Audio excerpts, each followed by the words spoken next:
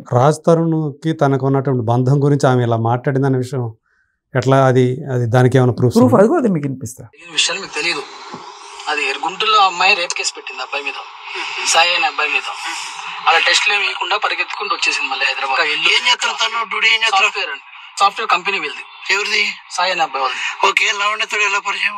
గోవాలో. ఎవరు? వినండి ప్రశాంత్. మీరు వింటారా? సో ఎలా పరిచయం ఏంటని అడుగుతున్నాడు. గుంటూరులో రేప్ కేసు పెట్టేసి మెడికల్ టెస్ట్ కూడా ఇవ్వకుండా వచ్చేసింది. అదే అతని హిడెన్ ఫోల్డర్ లో 850 ఉన్నాయి. అతను ఇప్పటి వరకు ఎంతమంది అమ్మాయిలతో తిరిగాడు, ఎంతమంది అమ్మాయిలతో ఏం చేశాడు? సరే నాకు ఒకటి అర్థం కదా అంకుల్. అబ్బాయి తిరుగుతాడు. ఏ అబ్బాయి? సాయి అనే అబ్బాయి. ఫర్ ఎగ్జాంపుల్ మనం అనుకుందాం మగోడు కాబట్టి అనుకుందాం. అవునవును. ఒక అబ్బాయి ఓకే, తన పర్సనల్ లైఫ్ తంది. ఈ అమ్మాయి వెళ్ళి తన ట్యాబ్ లో ఉన్న వీడియోలు తీసుకొని నేను మీడియాకి ఇస్తాను, నువ్వు ఎలాంటి వాడు నేను మీడియాకి చెప్తానంటే ఇంతగా కాదమ్మా. ఇప్పుడు ఎవడు తప్పు చేసిండో మనకి తెలియదు, నీకు తెలియదు, నాకు తెలియదు. బట్ ఇంతకాడికి ఎందుకు వచ్చింది అసలు మ్యాటర్? అదేగా మాకు అర్థం కూడా. ఏం కావాలంటే పెళ్లి కావాలంటారు సాయితో. సాయితోటి పెళ్లి కావాలంట. మరి ఇది రాస్తుండంటే మా అన్న, మా తమ్ముడు. అదే అండి. ఇప్పుడు ఏం చేయాలి? తనేమో మీకు చెప్పాకండి ట్విట్టర్ లో ట్వీట్ చేస్తుంది ఇలాగ నాకు. సో ఫస్ట్ ఆవిడ వాయిస్ ఏదైతే ఉందో 850 ఫోటోలు ఉన్నాయి, వేరే అమ్మాయిలతో సంబంధాలు ఉన్నాయి అని చెప్పి ఏదైతే చెప్పిందో అది ఒక ఆడియో రికార్డ్. ఓకే. అది వీళ్ళతో పాటు చాలా మందికి పంపించింది, పోలీసులకి, వాళ్ళకి, వీళ్ళకి అందరికి పంపించింది. వీడి ఇట్లా కామాంధుడు, వీడిని శిక్షించండి అని చెప్పి. సాయి గురించి మస్తాన్ సాయి 800 కాదు 1000 ఎఫ్ఐఆర్లు పెట్టుకున్నా కూడా వాళ్ళు వచ్చి కంప్లైంట్ ఇస్తే తీసుకోవాలి తప్ప ఈవిడ చెప్తే వాళ్ళతో వెళ్తూ ఉన్నాయని చెప్పి ఎట్లా తీసుకుంటారు? రైట్. అదే అడుగుతున్నాడు అబ్బాయి. వాళ్ళు వచ్చి అడగారు కదా. ఆ 800 ఫోటోలు ఉన్నాయి అంతే. బేసికలీ 800 ఫోటోలు యాక్చువల్గా ఇద్దరు అట. ఒకలా వాళ్ళ మిసెస్తో ఉన్న ఫోటోలు కొన్ని, తర్వాత వాళ్ళు ఏదో సపరేట్ అయిపోయారు, ఏదో అయిపోయింది. తర్వాత గర్ల్ ఫ్రెండ్ ఎవరో ఉన్నారు, ఆ అమ్మాయితో ఉన్న ఫోటోలు కొన్ని. ఓకే. సో ఇవన్నీ ఆయన ఫోన్లో నుంచి తీసుకొని వాళ్ళని బ్లాక్మెయిల్ చేస్తాం. ఇలాగ నాకు ఇలా జరిగింది అబ్బాయి 850. వాళ్ళ ఫాదరు గుంటూరు ధర్మకర్త, మస్తాన్ దర్గా తెలుసు, కాళీ మస్తాన్ బాబా దర్గా, అది దాని ధర్మకర్త ఆయన వాళ్ళ ఫాదర్ గారు. అది తల తీసినట్టుంది వాళ్ళకి. షరీఫ్ అంటే మన లావణ్యకి తెలుసా? ఎందుకు తెలియదు అంకుల్? నేను కాల్ చేస్తా, వింటారా? రేపు ఏం కాదు.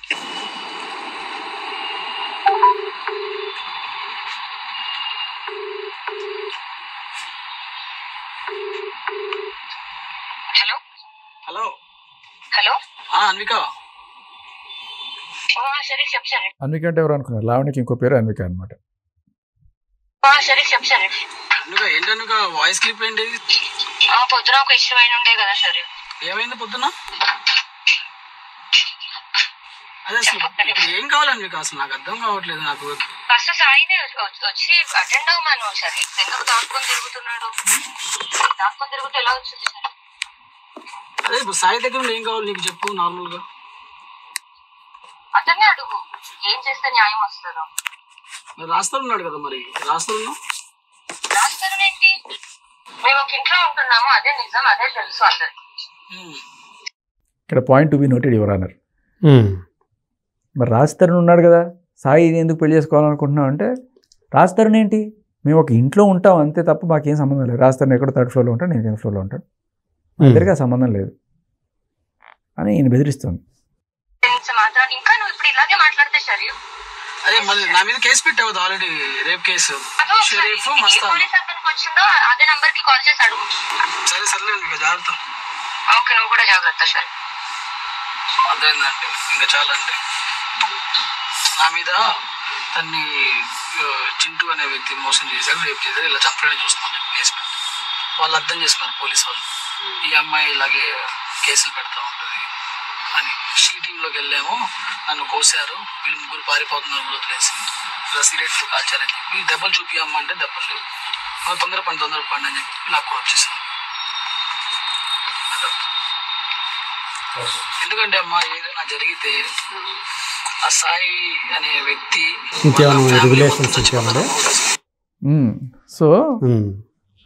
సో ఇక్కడ అంటే ఇక్కడ వచ్చేటప్పటికి మళ్ళీ రాజ్ తరుణ్ ఏంటి అసలు అంటే అదే ఒక ఇంట్లో ఉంటున్నాం. వీళ్ళు ఎందుకు వచ్చారంటే, అమ్మ మీరైనా వచ్చి పోలీసుల ముందుకు వచ్చి ఈ అమ్మాయికి సాయికి ఇదేం లేదు, రాజ్ తరుణ్తో ఉంటుంది ఈ అమ్మాయిని మీరు చెప్తే అక్కడ కేసు ఇదైపోతుంది అని వీళ్ళ సైడ్ నుంచి వీళ్ళు డిఫెండ్ చేసుకోవడానికి అడిగితే వీళ్ళు ఏమన్నా మేమేం చేయగలము, అది మమ్మల్ని చంపేస్తుంది మేము ఏమన్నా చెప్పినా కూడాను. అయినా మేము వాళ్ళ అమ్మ నాన్న మేము ఒకసారి కలిసినప్పుడు పెళ్లి చేసుకోమని అడిగాము వీళ్ళని, నేను చేసుకోను అంది ఈఎంఐ అందంట. ఎవరిని? స్థాయితోట మస్తాన్ సాయినా లేకపోతే రాజ్ తరుణ్? ఇప్పుడు ఈ లావణ్య వాళ్ళ అమ్మ నాన్న రాజ్ తరుణ్ వాళ్ళ అమ్మ నాన్న ఒకసారి కలిశారు ఏదో ఫంక్షన్, అదేదో వీడియో కూడా చూపిస్తుంది కదా ఇప్పుడు. అవును. అలా చూపించినప్పుడు బాగుందమ్మా, చక్కగా ముచ్చటగా ఉన్నారు, చక్కగా పెళ్లి చేసుకోవచ్చు కదా అని చెప్పి అడిగారంట. అడిగినప్పుడు ఈవిడ చెప్పిన మాట నేను పెళ్లి చేసుకోను అని ఈవిడ అన్నమాట వాళ్ళ అమ్మ చెప్పిన మాట ఉంది, ఇదే రికార్డులు. ఓకే, వాళ్ళ అమ్మ చెప్పింది. సో ఇంతకు మించి సాక్ష్యం ఏంటి? లావణ్య వాళ్ళ అమ్మే చెప్పింది. సో రాజ్ తరుణ్తో ఉన్నా కూడా రిలేషన్ కూడా ఆవిడకి పెళ్లి చేసుకునే ఉద్దేశం లేదు. ఓకే, మస్తాన్ సాయితో అప్పుడే స్టార్ట్ అయినా కూడా మస్తాన్ సాయిని పెళ్లి చేసుకునే ఉద్దేశం ఉంది ఈవిడికి. ఎంతవరకు వెళ్ళిపోయింది? మస్తాన్ సాయికి పెళ్ళయి పిల్లలు ఉన్నా కూడా వాళ్ళని వదిలించి, సరే మస్తాన్ సాయికి భార్యతో ఏదో కొంచెం మనస్పర్ధలు ఉండే, ఏదో దూరంగా ఉన్నారు. మస్తాన్ సాయికి అప్పట్లో వేరే గర్ల్ ఫ్రెండ్ ఉండింది. ఆ గర్ల్ ఫ్రెండ్ని కూడా వదిలించి ఆ అమ్మాయిని మస్తాన్ సాయి దగ్గర ఫోన్ నిద్రపోతున్నప్పుడు ఎప్పుడో తీసుకొని ఆయన ఫోటోలన్నీ కూడా కాపీ చేసుకొని, వాళ్ళ ఆవిడ ఫోటోలు అండ్ అలాగే ఈ గర్ల్ ఫ్రెండ్ ఫోటోలు అన్నీ కాపీ చేసుకొని వాళ్ళిద్దరి పేరెంట్స్కి పెట్టి బ్లాక్మెయిల్ చేసి వాళ్ళందరినీ ఇక్కడి నుంచి ఇతని జీవితంలో నుంచి వెళ్ళిపోవాలి వాళ్ళు. ఈమెతోనే ఉండాలి, రోజు వచ్చి ఈవిడతో కాపురం చేయకపోతే బ్లాక్మెయిల్ అంట. కాపురం చేయాలి, రోజు వచ్చి మస్తాన్ సాయి ఏదేదో అటెండెన్స్ ఇప్పించుకున్నట్టు వచ్చి కాపురం చేయకపోతే వాళ్ళ నాన్నకు ఫోన్లు వెళ్ళిపోతాయంట. ఫోన్లు వెళ్ళిపోయి అంటే దీంట్లో షరీఫ్ చెప్తున్నమాట, ఓకే, ఫోన్లు చేసి మీ దర్గా ముందు ఈ ఫోటోలన్నీ బయట పెడతా, మీ పరువు పజార్కి ఇరుస్తా, మీ దర్గా ముయిపించేస్తా అని వాళ్ళ ఫాదర్ని కూడా బెదిరించింది. సో ఇంత బెదిరించి మస్తాన్ సాయిని బలవంతంగా అట్టే పెట్టుకుంది. మస్తాన్ సాయికి వేరే ఆప్షన్ లేదు. అమ్మాయితో కలవకూడదు, భార్యతో కలవకూడదు, పిల్లలు వదిలేయాలి, డైవర్స్ ఇచ్చేయాలి, ఈ అమ్మాయితో ఉండాలి, రోజు వచ్చి బలవంతంగా అప్పటిదాకా సంసారం చేస్తూ ఉండాలి.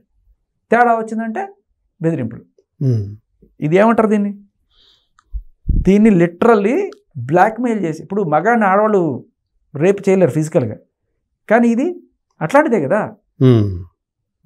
నీ మీద కత్తి పెట్టో లేకపోతే బ్లాక్మెయిల్ చేసో బలవంతంగా చేయించుకోవడం కదా అది. సో ఎంత నరకం ఒక అబ్బాయికి. ఇష్టం లేకపోయినా కూడా చచ్చినట్టు ఉండాల్సి వచ్చిన పరిస్థితి మస్తాన్ సాయికి ఇప్పుడు కల్పించింది. అని చెప్పి నవ్వుతూ ఆ కాల్లో కూడా మీరు గమనించండి, ఇంతకుముందు నా గుండెకాయ నీ గుండెకాయ కాల్లో నేను నీకు నచ్చలేదు కదా అని అడుగుతుంది. మనోడు ఏదో కవర్ చేసుకుంటూ నీ గుండె మీద చేసుకొని చెప్పు అది అని చెప్పి. సో బేసికలీ ఇవిడికి ఎక్కడో డౌట్ ఉంది, ఎందుకంటే ఇంత బలవంతంగా అట్టే పెట్టుకున్నాను కదా, నీకు నచ్చలేదు కదా అంటే మూసుకొని నచ్చామని చెప్పాలి. అదే చెప్పాడు మస్తాన్ సాయి కూడా తన కన్ఫెషన్లో. కరెక్ట్. కానీ ఇక్కడ అర్థం కాని విషయం, అసలు కేసు ఎందుకు పెట్టాలి మరి అట్లాంటప్పుడు, అంత ఇది ఉన్నప్పుడు ఈ అబ్బాయి మీద? మరి ఎట్లా దారికి తెచ్చుకుంటావు నువ్వు? పెళ్లి చేసుకోవాలి, 10 కోట్లు అడిగింది, చూశారు కదా. అవును, 10 కోట్ల నుంచి 2 కోట్లకి ఏదో వచ్చింది ఆ సెటిల్మెంట్ అంతా కూడా. కాల్ విన్నారు మీరు సిఐ గారితో? సో డబ్బులు కావాలి, మంచి కావాలి, ఆడ ఫ్యామిలీని సర్వనాశనం చేయాలి, పిల్లల్ని వదిలేయాలి, ఆడు చచ్చిపోయినా పర్లేదు, ఊరేసుకొని చస్తే చావని, నా డిమాండ్లు నావి. అతను ఊరేసుకున్నాడు, ఇవన్నీ తట్టుకోలేక పాపం. ఎవరు? మస్తాన్ సాయి. ఎప్పుడు? అయ్యో మీరు చూడలేదా? ఊరేసుకొని పైనుంచి పడిపోతే అది తెగి గడ్డం పగిలిపోయి మొత్తం ఇంతలా వాచిపోతే హాస్పిటల్ తీసుకెళ్ళి ట్రీట్మెంట్ చేయించారు. ఆ ఊరేసుకునే టైంలో కూడా లాస్ట్ ఏదో మెసేజ్ పెట్టాడు ఈ అమ్మాయికి అలాగే చింటూకి, వీళ్ళందరూ ఇది కాబట్టి బ్యాచ్లో ఉన్న వాళ్ళకి, బాయ్ నేను తెలుసో తెలియకో నా జీవితంలో ఇట్లా నోట్ కూడా ఉంది, మీరు చదవలేదు అది? అంటే తప్పు చేశాను అంటే నా వల్ల ఒక తప్పు జరిగింది అన్నట్టుగానా? తప్పు జరిగిందని కాదు, ఏదో నేను డీజే నేర్చుకుంటుంది, ఒక మంచి మ్యూజిక్ ప్లాట్ఫామ్ మీద ఏదో తీసుకొద్దామని చెప్పి అలా పరిచయం చేసుకుంటే నా జీవితంలోకి చిల్లర వాళ్ళందరినీ కూడా తీసుకొచ్చి నా జీవితాన్ని ఇట్లా చేసింది. నా కొడుకు భవిష్యత్తు ఏమైపోతుందో నాకు అర్థం కావట్లేదు, ఇవాళ తలెత్తుకునే పరిస్థితి లేదు, గుంటూరు అంతా నన్ను ఒక రేపిస్ట్ లాగా చూస్తున్నారు, మా ఫ్యామిలీలో పరుగు పోయింది, మా ఇంట్లో పరుగు పోయింది, నాకు ఇంకా ఏం బతికి నేనేం సాధించాలి అని చెప్పి అన్నీ చెప్పి ఊరేసుకున్నాడు. అది మెసేజ్ పెట్టేటప్పటికి వీళ్ళు ఫోన్ చేశారు వెంటనే, సాయి ఎక్కడున్నావు సాయి అంటే వాడు ఇంకా ఫోన్ అప్పుడు పెట్టేసి పక్కన పెట్టేశాడు, వీడియో ఆన్ చేసాడు ఏదో మొత్తానికి. అరుస్తున్నాడు, ఏం లేదు, సౌండ్లు వినబడుతున్నా వస్తుంది, దబ్బని పడ్డాడు, పగిలిపోయింది. ఇంకా అప్పుడు కూడా ఇంత జరుగుతున్నా కూడా నేను వచ్చానని చెప్పు, నేను బయట ఉన్నానని చెప్పు అంటుంది తప్ప ఆపు సాయి ఇంకా నేను ఇదేం అతను కాపాడే ప్రయత్నం ఏం చేయలేదు. మీరు అది వినిపిస్తా మీకు, వినండి. ఎంత అసలు ఆ కాన్వర్జేషన్ వింటేనే పాపం.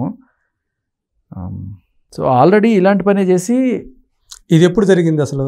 2023 మేబీ ఏప్రిల్ కేసు పెట్టిన తర్వాత. కేసు పెట్టిన తర్వాత ఇంకా కేసు పెడితే ఊళ్ళో పరుగు పోయి ఈయన ఒక రేపిస్ట్ లాగా అక్కడక్కడ న్యూస్లో అవన్నీ కూడా వేస్తే, దానికి తోడు పోలీసులు అందరూ ఏదో దొంగను ఎత్తుకుతున్నట్టయితే అక్కడెక్కడ తప్పించుకుని తిరిగి ఆఖరికి ప్లాట్ఫామ్ల మీద కూడా పడుకునే స్టేజ్కి వెళ్ళిపోయి, ఏంటి నా బతుకు ఇంత దరిద్రంగా అయిపోయింది అని చెప్పి తట్టుకోలేక, ఆ హ్యూమిలియేషన్ తట్టుకోలేక అతను ఆత్మహత్య చేసుకోవడానికి ట్రై చేశాడు.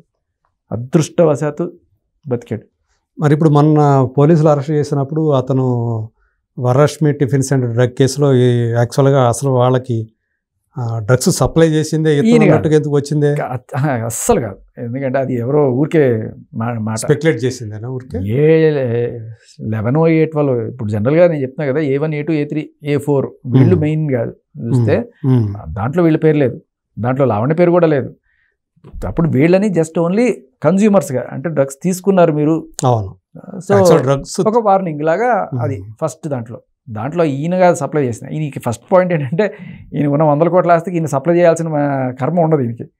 పెడ్లర్ కాదు ఈయన కన్జ్యూమర్గానే. ఒకవేళ ఎక్కువ తీసుకున్నా కూడా ఈయన ఏంటి వీళ్ళందరికీ పంచడానికి ఈ బ్యాచ్ ఎవరైతే ఉందో, ఈ లావణ్య ఇంకా వీళ్ళు ఉన్నారు కదా తదితరులు, సో వీళ్ళు కలిసి ఆ రోజు జరిగిందంతా ఇది ఇప్పుడు దాకా అతన్ని అదుపులో తీసుకున్న తర్వాత జరిగిందంతా ఒక హైదరాబాద్ తీసుకున్నది వేరే కేసులో, వరలక్ష్మి కేసులో. అది ఎప్పుడో అప్పుడు ఆయన పిలిచారు, వార్నింగ్ ఏదో ఇచ్చారు, అయింది. బట్ అదే టైంలో ఈ లావణ్యని పిలిస్తే వెళ్ళాల, 2 సార్లు పిలిచినా వెళ్ళకుండా వాళ్ళనే తిట్టి ఏదంతా చేస్తే, అప్పుడు నిఘా వేసినప్పుడు నెక్స్ట్ టైం ఆవిడ ఎక్కడ దొరుకుతుందా అని చెప్పి చూసినప్పుడు ఆ ఢిల్లీ నుంచి సికింద్రాబాద్ వస్తున్న రైల్వే స్టేషన్లో పట్టుకున్నారు కదా. అదే అప్పుడు ఆవిడ బ్యాగ్లో మామూలుగా దీనికోసం పట్టుకుంటే దాంట్లో మెత్త కూడా దొరికింది, ఇంకా రెడీగా అనుమానిస్తున్నారు. At the same time proof కూడా దొరికింది. అందుకని ఇంకా నన్ను అసలు ఎప్పుడు పోలీసులు మొన్న ఇటీవల మీడియాలో మాట్లాడినప్పుడు కూడా నేను అసలు ఎప్పుడు తీసుకోలేదు, నేను అమ్మలేదు అని చెప్పేసి గట్టిగా చెప్తున్నారు. ఆమె అమ్మలేదు అనే, అమ్మిందో అమ్మలేదో నేను చెప్పలేను, కానీ ఆవిడ దగ్గర డ్రగ్స్ దొరికినాయి. ఆవిడ బలవంతంగా నాకు ఇచ్చిందని ప్రీతి చెప్పింది. ఆవిడ భాగవతం మనకి ఆ ఇంట్లో పనిచేసిన పనతను కూడా చెప్పాడు. అండ్ తర్వాత మస్తాన్ సాయి కూడా దాన్ని ధృవీకరిస్తూ ఆవిడ తీసుకుంటుందని చెప్పాడు. ఇంజక్షన్లు కూడా తెప్పించుకున్నవి, అవన్నీ కూడా ఇవన్నీ కూడా ఉన్నాయి. ఇవన్నీ మన కళ్ళ ముందు కనపడుతున్న సాక్షి. కావాలంటే అప్పుడు నేను టెస్ట్ చేసుకోవచ్చు. దయచేసి ఆ పని చేయండి సార్. ఎవరైనా సరే నేను చెప్తున్నాను కదా, ఎవరైనా సరే స్వచ్ఛందంగా ఆవిడ కూర్చోబెట్టి ట్రస్ట్ చేయించండి. ఓకే, అది నేను అనేది. సో కానీ అది మాత్రం చేయట్లేదు. అది ఎందుకు చేయట్లేదు? ఇన్ని జరుగుతున్నా కానీ, ఇన్ని కేసులు అవుతున్నా కానీ, ఈవెన్ ఆ మీద కేసు పెట్టినప్పుడు కూడా చేయలేదు అంటున్నారు కదా. ఎందుకు చేయలేదు? ఇదే డౌట్ తావిచ్చేది కదా.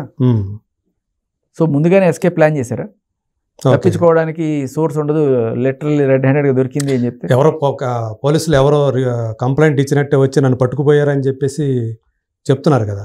ఆవిడ చెప్పడానికి ఏమో సార్, మన క్లియర్ కట్గా ఆ వీడియోలో ఓపెన్ చేయమ్మా బ్యాగ్ అంటే ఓపెన్ చేయట్లేదు కదా ఆవిడ.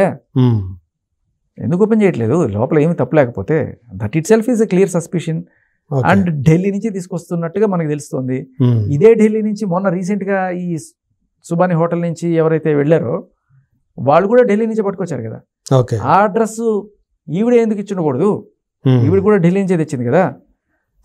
ఆ అడ్రస్ ఈవిడ మస్తాన్ సాయికి ఇస్తే మస్తాన్ సాయి వాళ్ళకి ఇచ్చాడేమో.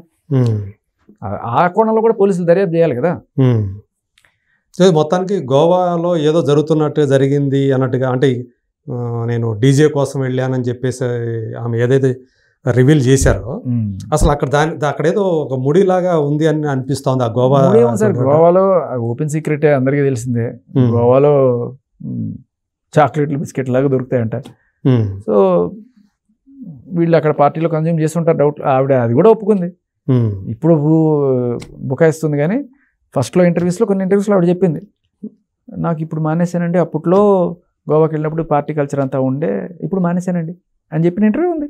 ఇక సాక్షి నేను కావాలంటే పంపిస్తా. సో ఇప్పుడు ఈ ఇష్యూ 45 రోజులు ఊరికైనా పెడతారు సార్ చెంచల్గూడ జైల్లో. 45 రోజులు ఒక ఆడపిల్లని, ఎంత స్ట్రాంగ్ ఎవిడెన్స్ లేకపోతే. అవును, ఆ ఎవిడెన్స్ ఏం లేకుండానే పెట్టారని చెప్తుంది కదా ఆమె. ఎట్లా పెడతారు సార్? ఇప్పుడు ఒకవేళ అది అంటే నిజమైతే, ఆమెకి అంటే ఇప్పుడు ఆవిడ నిజమైతే ఆవిడ ఫైట్ చేయాల్సింది రాజ్ తరుణ్ మీదో మస్తాన్ సాయి మీదో కాదు, పోలీసుల మీద. నన్ను ఎందుకు అలా ఇచ్చేస్తారు, ఏది నా సాక్ష్యాలు లేకుండా నన్ను ఇలా ఎలా ఇరికిస్తారు, వాళ్ళు ఉద్యోగాలు పోవా? ఒక ఆడపిల్లని, అమాయకమైన ఆడపిల్లని అన్ని రోజులు పెట్టావంటే తప్పు కదా. ఓకే, మరి ఎందుకు అక్కడ ఆ రకంగా ఎందుకు ఫైట్ చేయట్లేదు? అవును, అది సీరియస్ ఇష్యూ కదా. అది ఒక మరి అమ్మాయి మీద అట్లాంటిది ఇప్పుడు దారిలో పోయి ఒక అమ్మాయిని తీసుకొచ్చి ఇట్లా పెట్టేస్తారా కేసు? పెట్టరు కదా.